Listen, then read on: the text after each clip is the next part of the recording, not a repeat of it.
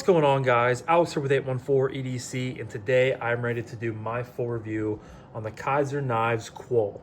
Now this is in, of course, via the Lefty passaround group, and the Quoll was, I believe, a November release, if I'm not mistaken. Usually by the time I get to check out, all of the new releases, they're about a month or so old, depending on when I get in on the, passaround. But the Quoll is really cool. You guys can see right there, Quoll. I guess we're going to jump right into materials. This is an S45VN drop point style blade. Kizer right there with a, just typical bead blast sort of stonewash finish on there. It does have an anodized crystallized titanium thumb stud as opposed to thumb discs. This is a titanium frame lock, and you guys can see here it has a nice inlay of blurple, blue down here transitioning to purple, crystallized titanium inlay, and then same thing on the back here, blue transitioning down to purple. This is a righty only milled titanium pocket clip. You have standoffs back here, nice, just simple design construction. Of course, you get a frame lock there with plenty of lock bar access, a nice lock bar insert. Then you also have a front flipper on this as well. So really clean, really simple design. I was a big fan of it. This came in via the, of course, Lefty passaround group, but it's part of the Quoll, and I also got to check out the two, trying to get that to balance there, the two original twos, which you guys will be seeing later this week, my full review of. And honestly, I was really excited for the original twos, more so than the Quoll. But the Quoll really surprised me, and I ended up liking it quite a bit. It's just a really clean, good sized knife. I call this a drop point, but honestly, this is like kind of like a pocket scalpel. Just a really usable blade shape, nice thin behind the edge, good action, good ergos, all the things you want for in a quality knife like this.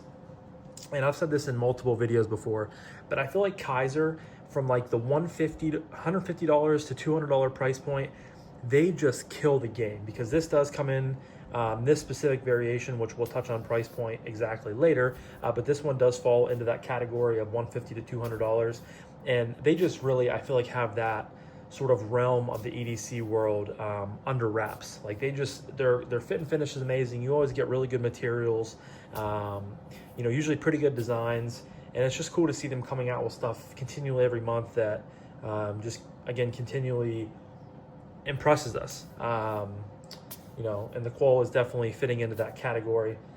So some quick specs for you guys, and I will leave a link down below in the description to White Mountain knives. This specific variation of it, actually all four variations, no, sorry, I take that back. There's four variations, 3 of them are in stock, and this is one of them that is in stock.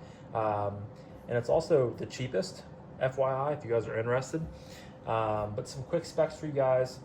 Get it pulled up here. So we have an overall length of just over 7 inches at 7.05 from tip to butt.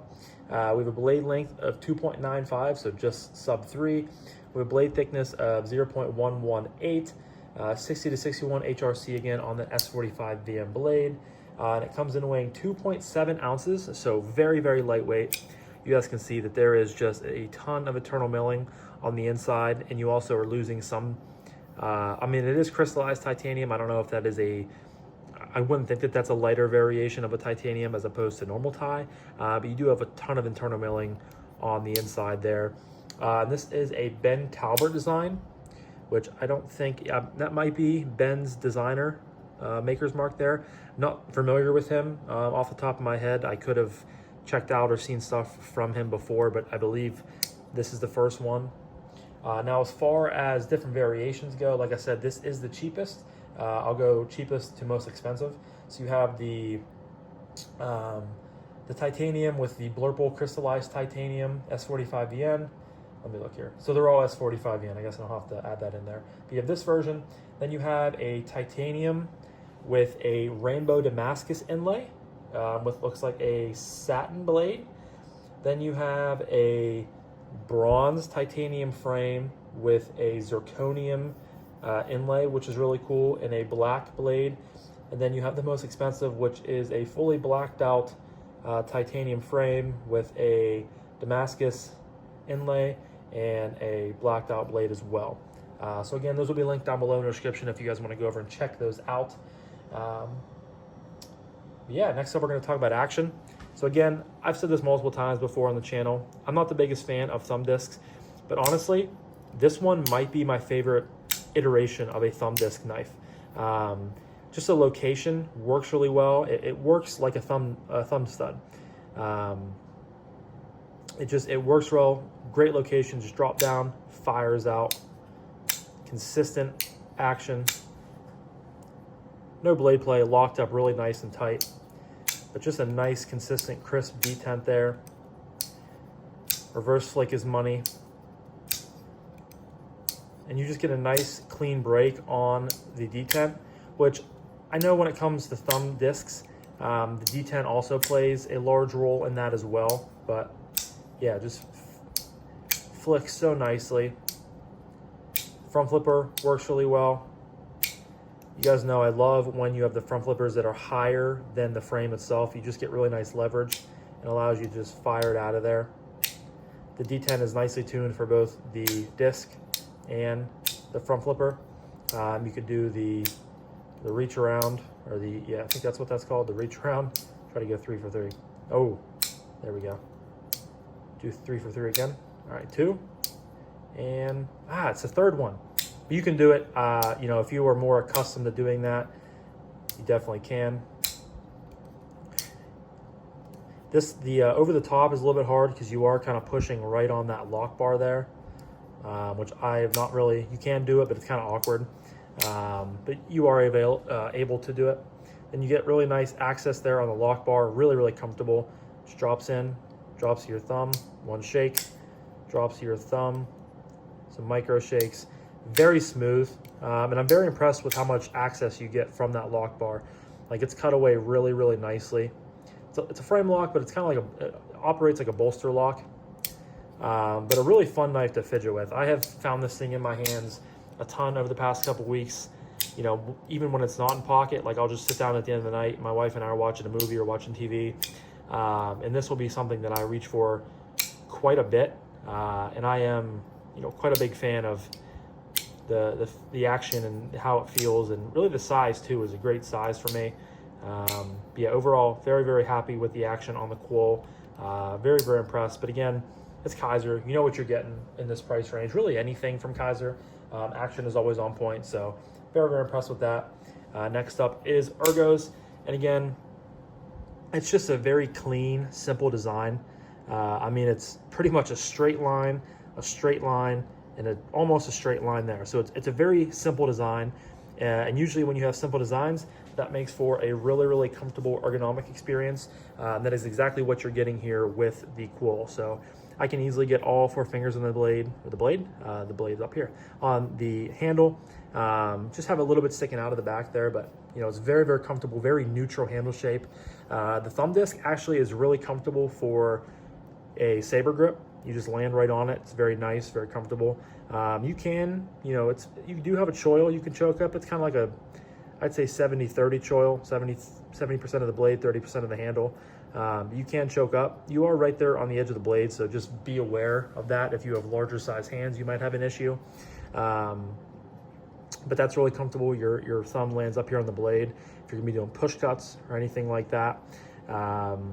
The crystallized tie just feels like titanium. It's pretty smooth, nothing really to grip onto.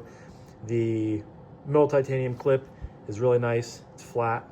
You know, no sharp edges or anything like that. So it just, as usual, conforms right into the, you know, crevice of my knuckles, which is really nice. And overall, just a very pleasant experience. Again, I kind of said that this was a pocket scalpel because this definitely looks like a scalpel blade. And again, it comes down to a thin edge, just a really usable blade shape. You can utilize it in a pinch grip. So thumb, middle finger, pointer finger. You do have to kind of, you know, pop the knife up a little bit, but it does work pretty well. And sometimes with these types of blades, I have used it before to where you flip it over and, you know, if you're tracing something, you get that nice low tip there to drag through. That will work sometimes. But yeah, overall, really, really comfortable ergos. Clean design, and you know, I really like knives like that. When you have simple designs that are just super comfortable in the hand, to me those are huge green flags when it comes to knives. So really impressed. Again, you guys know me. I kind of love my medium sized knives.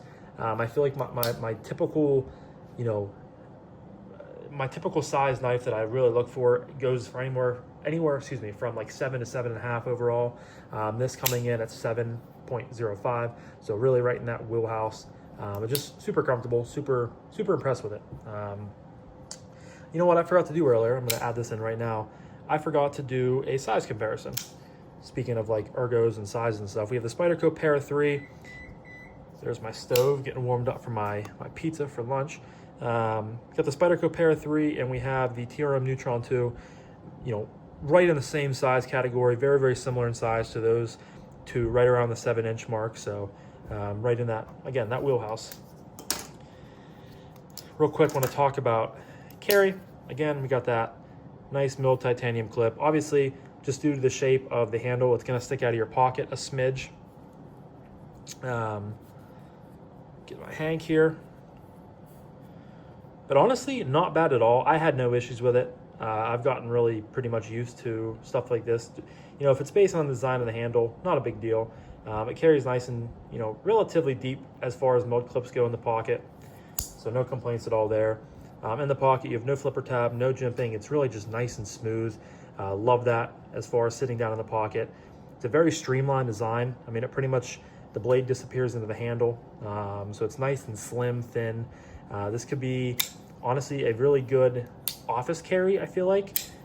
Gives you kind of like that flair if you are a fan of like blurple. And honestly, all four of these variations are kind of like classier like this, kind of bougie with, you know, crystallized tie and zirconium and Damascus and what was the other thing?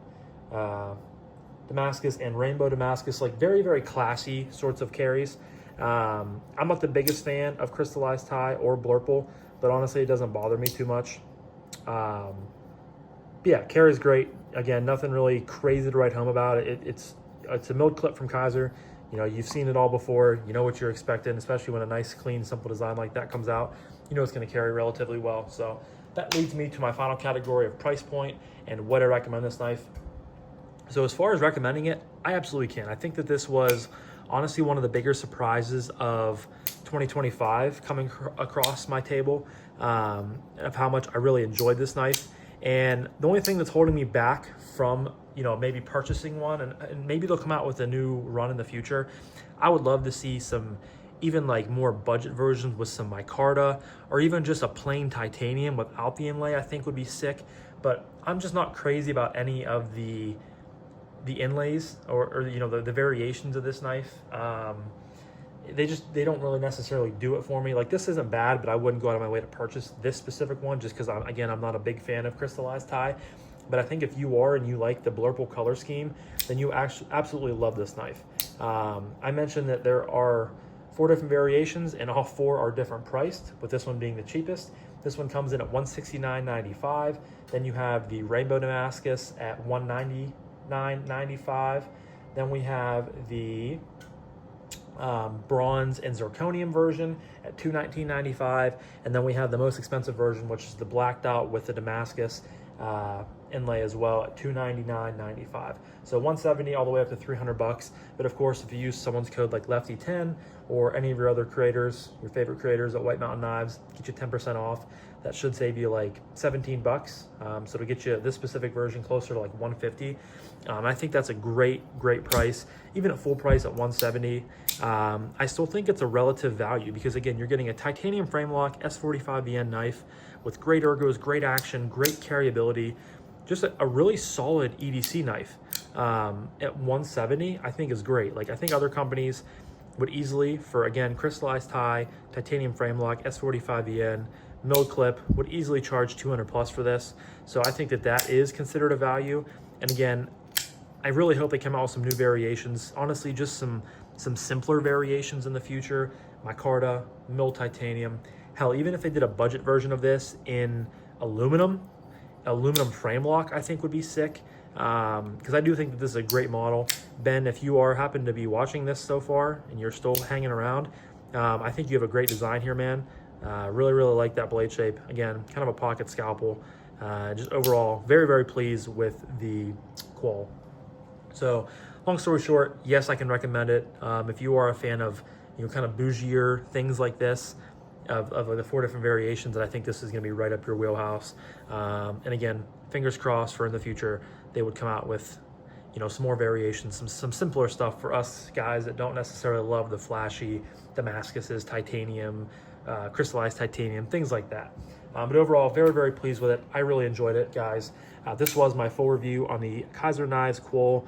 I just think it's a great model, and again, one of those surprising knives of 2025 for me. So leave a comment down below what your guys' thoughts and opinions are on the Quoll. As always, I love to hear what you guys have to say, but I'm gonna wrap this up now. Thank you guys again so much for watching. I greatly appreciate each and every single one of you guys. I hope you have a fantastic rest of your morning, evening, night, day, whenever you're watching this, and I'll talk to you guys in the next one.